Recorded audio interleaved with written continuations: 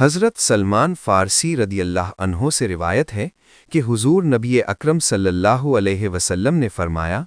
ان المسلم اذا لقی اخاہ المسلم فاخذ بیدہ تحاتت عنہما ذنوبہما کما تتحات الورق من الشجرۃ الیابسۃ فی یوم ریح عاصف والا غفر لہما ولو کانت ذنوبہما مثل زبد البحر۔ یقیناً جب مسلمان اپنے مسلمان بھائی سے ملاقات کے وقت ہاتھ ملاتے یا مصافحہ کرتے ہیں تو ان دونوں کے گناہ اس طرح جھڑ جاتے ہیں جیسے تیز آندھی والے دن خشک درخت کے پتے جھڑتے ہیں، اور ان دونوں کے صغیرہ گناہوں کو بخش دیا جاتا ہے، چاہے ان کے گناہ سمندر کے جھاگ کے برابر ہوں۔